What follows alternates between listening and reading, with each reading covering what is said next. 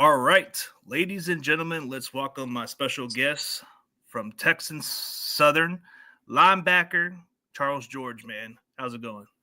Good, good. Nice to be here. Charles George, like you said, some people call me CG, like CG Rudis. So yeah, linebacker at TSU. Yeah, it got kind of like the initials, just like for my government name. But yeah, Yeah. um, but in all seriously, man, for those people who are not familiar with you, man, tell them who you are. So I'm a linebacker at Texas Southern University. Spent all 4 years there in the SWAC conference. Originally from Detroit, Michigan. And from Detroit, Michigan, growing up, played a couple of different positions: offense, defense. Played linebacker, tight end, quarterback. And I think pretty much did it all growing up in Detroit. So just the youngest out of three, growing up in Detroit, from Detroit, Michigan, all the way out here in Texas now. That's kind of intriguing. So you played a lot of different positions. That's got to speak a lot about your talent. Most definitely. Just I say, outside of just the talent, just more of just IQ for the game, just knowing, because a lot of that comes with just being able to know and to be able to just understand those different positions. Because one position already is a lot on you, just knowing the plays from that and everything of that nature. But being able to be a student of the game and know multiple positions, I say, helped me throughout my career. For sure. So what really got you into football in the early part? I'll say my father's most definitely played a big part of me getting into football. He played football, I played linebacker back then, so he kind of just pushed football onto me as well as other sports. So growing up, I was into a lot of sports, basketball, ran track a little bit. So football, and then football just sticked with me. It always was just something that stuck with me. I'm pretty sure it does when it comes to a father or somebody of your family kind of like influence you. Yeah, most definitely. He played a huge part. Played a huge part in this journey that I've had so far. Absolutely. So what were the offers like besides getting an offer from Texas Southern? Coming out of high school, it was a lot of because this was I came out the year right kind of after COVID, so a lot of recruitment and everything was a little iffy, but it was most definitely a good recruitment process. Just going to different camps, going to that nature. Had a lot of interest. I had a lot of PWOs, like PWO to Michigan State, Michigan. I had the offer to Texas Southern. I had the Air Force looking at me, just trying to offer, and then just them was probably the main ones right there. Other than that, I had a lot of D2s in Michigan as well. Well, that speaks a lot about your talent. But what was the intriguing offer to go to Texas Southern? Why'd you pick that school over the other ones? Most definitely. Texas Southern, just when I visited, it felt like home, and they were one of my first offers. So I always held that in my heart, just knowing that they really did were intrigued by me as a prospect and me as a player. So when I did come and visit, just that Southern hospitality, it felt like home immediately when I got here. And then Houston has a great city, great weather, so I really couldn't complain outside of football as well. It's quite a football town or college town too, so it's there's a lot of Definitely. schools over there. Yeah, most definitely. Texas has showed me they are very much known for their sports, specifically football. They love football out here. For sure, man. But so why should NFL teams draft you, and what makes you stand out from the rest of the linebackers? NFL teams should draft me because, like I mentioned earlier, just my IQ for the game is most definitely very high. Um, I'm very accountable, willing to do a lot of little to everything for my team as well as my coaches and players. So I'm a very team oriented guy, and I'm just work hard. So what separates me the most, I say, most definitely is just the IQ, knowing different positions, being able to go out on special teams, being able to do different things that some other prospects I don't believe can do. So just knowing to be able to bring that IQ to the game. Yeah, gotta have that football smarts, or else there's no point. I mean, like you said, you got the versatility. You play different spots. You played everywhere they ask you to play, so you're like a team guy. Most definitely. So who do you model your game after since you've been playing linebacker? So really, kind of like I was saying, how I kind of just flew around at different positions. I mainly watched a lot of safeties, to be honest. So I mainly watched a lot of Cam Chancellors. I'm a Detroit Lions fan, so I watched Brian Branch. I like the Nick Morey coming out of from the Seahawks. So I kind of modeled my game a lot after the safeties, mainly the strong safeties that can like rover and play the linebacker position and rush the passer. But I also like Micah Parsons a lot as well. I watched him in his college film a lot. Devin Bush from Michigan. Watched his college film a lot, flying around the field. So a lot of people that just fly around the field and just seem like they make the game slow down for them because they're one step ahead of everybody. Kind of like to watch them. Yeah, those are good guys to look up to. Especially there is a guy who's got that versatility too, who happens to play for the Lions. His name is Malcolm Rodriguez. That guy's underrated. Oh my gosh, he's a beast. Hey, from being a Lions fan, I know that he is most definitely underrated, most definitely an unsung hero in our team. Being able to just fly around on special teams, fly around and on linebacker, be able to basically do whatever the coach asks him to do and do it at a high level. So he's most definitely Yes, underrated. especially play him a little bit of fullback too, which is Yeah, intriguing. yeah, most definitely. Yeah, got to have those type of skills, and that's why I had to throw that out there. Since you kind of grew up a Lions fan, I figured that's somebody that kind of stands out a little, doesn't get much talk about. Most definitely somebody that I feel like you would have to be a real fan or a real know the game itself to see his impact. Oh yeah. So, what kind of defensive system or scheme that you played at Texas Southern that could translate at the next level? So over at Texas Southern, I actually played multiple defensive schemes. Started off when I first originally went to Texas Southern, I started off at safety. So a lot of my freshman year tape would be mainly safety. I was able to get great experience going into my freshman year. Had a pretty good impact. We ran a 4-2-5, so we had three safeties in the back. So I was able to get good experience in my safety position going into my freshman year, and then transferring to sophomore year, we still ran the same defense. However, just growing into my body, I kind of went more down to nickel and more of the nickel slash linebacker role. So yeah. I mean, you've been adaptable at certain spots, but what made you switch the position? Was the coach liking you switching that position because of your skill set, or what? So what ultimately went into that position switch was number one, yes, the skill set as well as just me growing into my body. Coming in, I was a little lighter. Originally coming into college, so just getting bigger, weight system, eating differently. So just being able to grow into my body, I could make a bigger impact on the closer to the line of scrimmage. Yeah, especially at the prototypical size, you've kind of fit the mold of today's NFL linebackers with that size. Yes. But just from all that experience in college, what do you take away from that experience to get ready for the next level? So to get ready for the next level, I tip hat to my coaches, most definitely my linebacker coach that I just recently had, Derek Matthews, former NFL player as well, just teaching me the game and the IQ to it, just being able to play those different positions and those different schemes. Like I said, just being a fan of the game, I was able to learn a lot, a lot of different schemes and a lot of different things that I feel like I can translate over to the NFL. Just knowing the things. For sure, man. So, which NFL teams have you met with, and So I haven't really specifically met with any teams.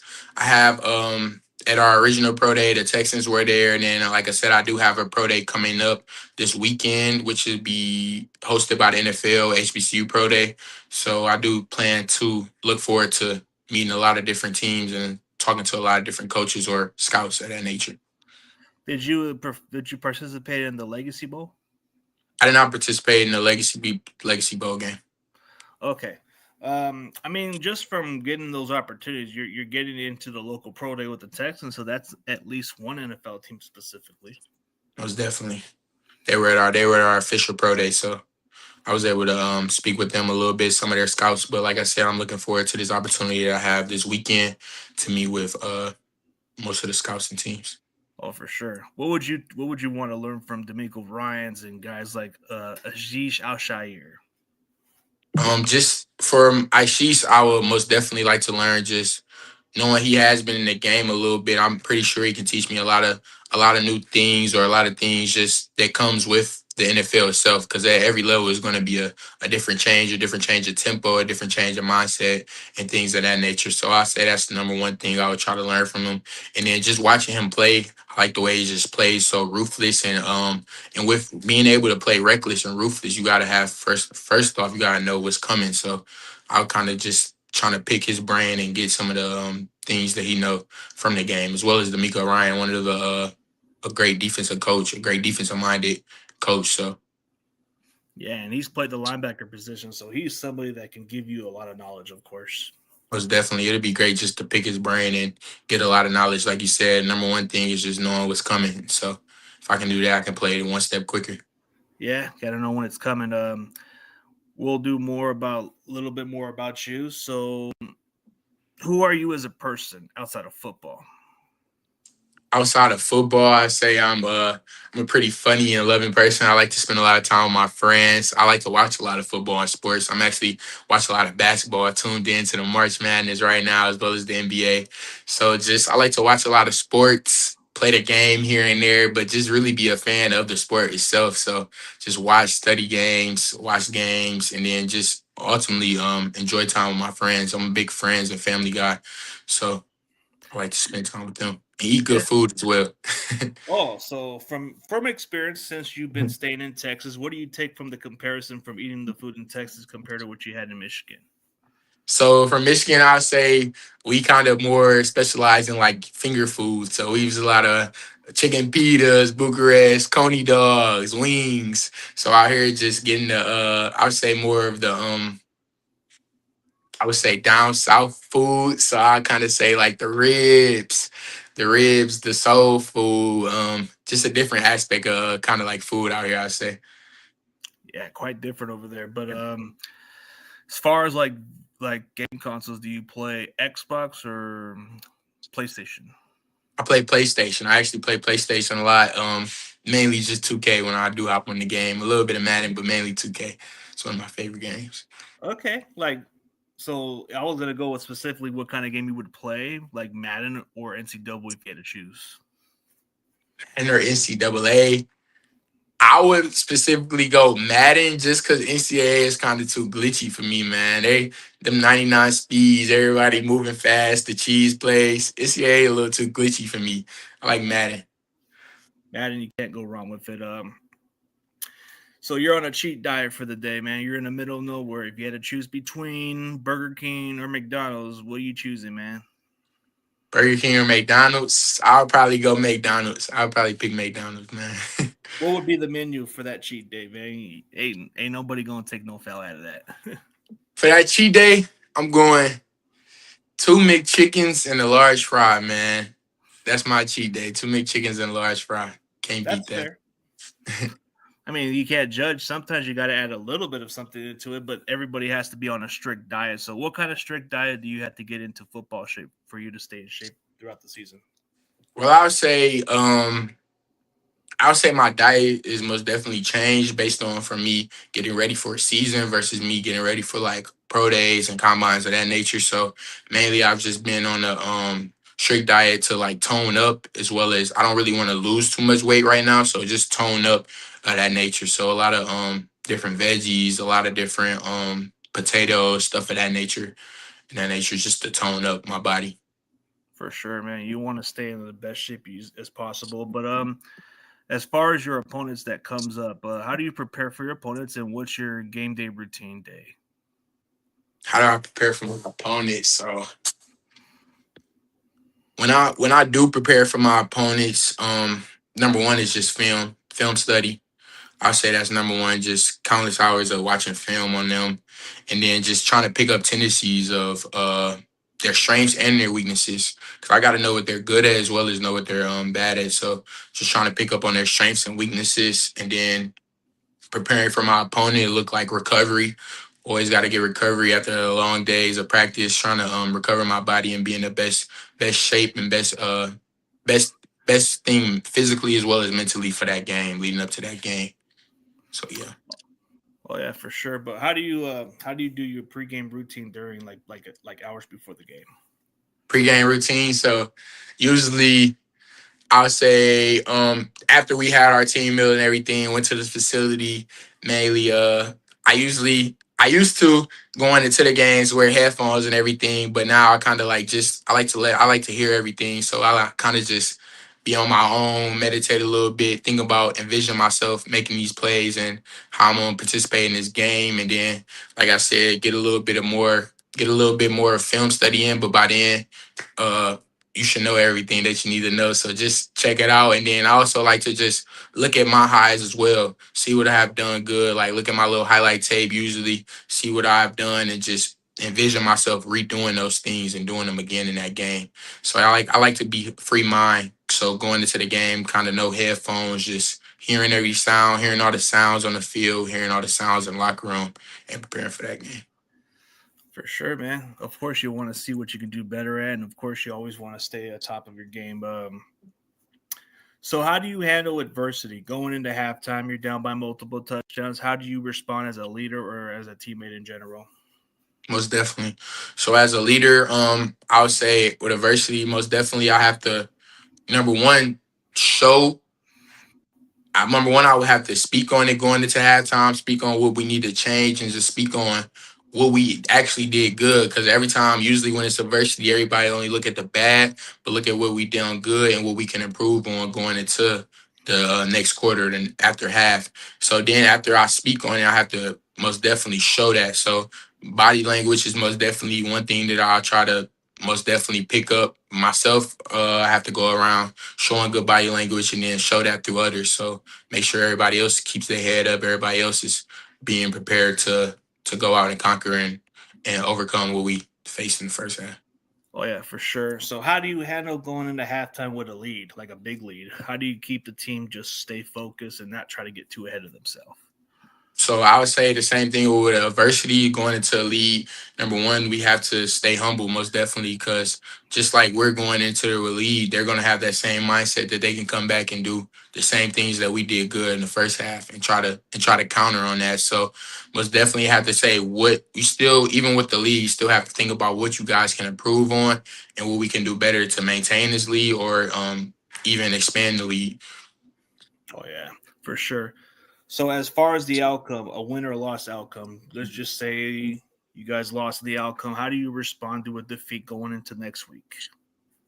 So number one, going into a loss, the next day you want to pay attention to all the things that, like I said again, you did wrong and all the things that you did good that you can improve on next week, and the things that you did wrong that you need to change or either get better at during this practice. The practice is coming up. So going into that loss, you want to do that, and then I would say you get that about 1 to 2 days, and then you dead that, and you get ready for that opponent. But you spend at least one day just going over what you did wrong that last game and what you can improve on, and then work on it, and then you want to dead it and get ready for the next game. For sure. And how do you handle a outcome of a win? Just from there's just different mentalities, different energies. But if you come from a win during that outcome, how do you guys handle that? It's definitely coming from a win. Not saying that it is expected, but at the same time, I say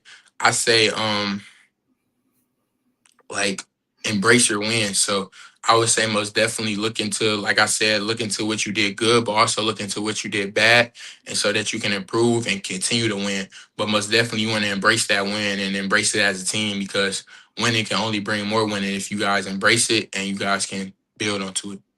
Yeah, got to always look at some of the negative parts to improve on because sometimes the little details can be the big difference sometimes that people don't even notice about. Although you guys won, it can always be some small things that can always get improved on that the next team might exploit if you guys overlook it. Absolutely. That's the truth. So what's the so like as far as for future students that want to come to Texas Southern or even want to be athletes there, why should they go to that college? I would say come to Texas Southern because they actually care. Going to HBCU, they're actually going to pour into you. They actually have more time. They actually have, and then they actually do have the resources just to give you a fighting chance. I say everybody is treated equally at HBCU, so I would say coming to TSU specifically, everybody's treated equally to where you have a chance, no matter if you're a walk on or if you're a scholarship guy. So I would say most definitely come to TSU, and coaches are actually pour into you and give you a shot. For sure. Even from coming from a small program, even from a big city, it's got to be kind of intriguing to come into the school with what Michael Strahan came from and quite a few other guys who've been Hall of Famers in the past, man. What does it feel like just to see those presence of those people out there? Knowing that somebody has done it and knowing that it can be done is most definitely a great feeling, just to know you can look back on it and see and say, oh, he has done it, so why can't I? So it's most definitely a great feeling knowing that some of those guys did come from your school and they came and they overcame obstacles that come with being at a smaller school. So just to say they overcame it is a great feeling to know that you can do it as well. Absolutely. So, what would be the proper advice for that person that's in a similar situation? How would you encourage them to do better? I would just say keep fighting, keep believing in yourself, because that's number one. Just soon as that don't let doubt creep in. As soon as doubt creeps in, or as soon as you become weak or weary, I would say that's when we're at our lowest. So I just say keep praying, keep believing in God, and keep pushing yourself. Yeah, for sure, man. Does the moment feel surreal to you, man? Just for you as a kid growing up in Detroit, man, and just watching football, did you feel that this was the day or the time years later, like, hey, I'm going to enter the NFL at this point, man? It has to be some kind of moment for you, right? Yeah, it's most definitely surreal. Just everything came so quick. I remember when I was just a freshman in college or just in high school playing football. So everything's just coming so quick, and everything I dreamed about or everything I talked about with my family and friends is actually reality for me now. So it's most definitely a surreal moment. Yeah, it has to be because you as a kid dreamed about it, right? Most definitely. I always had dreams about it. I always talked to my pops about it. I always talked to my friends about it. Even being so serious about it or even joking about it. But to actually know that it's actually happening and is actually in my space and opportunity now to take, it's just surreal. Oh yeah, for sure. And even with the NFL and all the other leads, man, they're showing interest in you, so that speaks a lot about your talent. Most definitely. So from here, what's the area of weakness that you need to improve on at the next level? Areas of weakness that I need to improve on the next level. I wouldn't say I wouldn't say it's specifically no weaknesses, but I'll say most definitely can always improve on just like I said, IQ. You can never be smarter than the game. You can never know too much. So just continue to keep learning a different aspect of the game, and then also just once I get to that next level, just being able to adapt to that new change of speed. So I would say that right there. And then they're pros, they're professionals. They do it for a living. So at the end of the day, just being able to adapt to being a pro. Oh, for sure, man. For all that, man, definitely appreciate your time, bro. I know the moment feels like surreal. You come from a small school, you growing up as a kid, finally living out a dream, bro. Whatever the profession you end up with, man, I'm definitely going to root for you, bro, to succeed because we've all seen people who dream big, and if they dream bigger, they'll live bigger in that dream. Most definitely. I appreciate that, my guy. And I ain't forget when y'all beat us out the playoffs, man. San Fran beat the Lions 2 years Ah, ago, man, out the playoffs. I'm hurt. I'm still man, hurt about that one, man. I wasn't gonna bring that up, but hey, man, I hope you live your dream and play for the Lions or play for the Texans, or if you somehow have a little heart and maybe come to the Bay, maybe I give you another appearance. But you know, just for those people, man, tell them who you are again and tell them what you're currently doing. Most definitely. My name is Charles George, linebacker, formerly at TSU, going into my pre-draft training, getting ready to have my pro days as well as my combine, just getting ready to play at the next level. Man, for everybody else, man, go check out Charles George from Texas Southern, man. This guy is a big, lengthy linebacker, got the athleticism. He's got everything you're looking for from a small school, man. The guy can ball, man. Man, give this guy a check out. And for those NFL teams, you better pay attention to this kid. Appreciate it. yeah, definitely appreciate it, bro. And for everybody else, man, thank y'all for tuning in.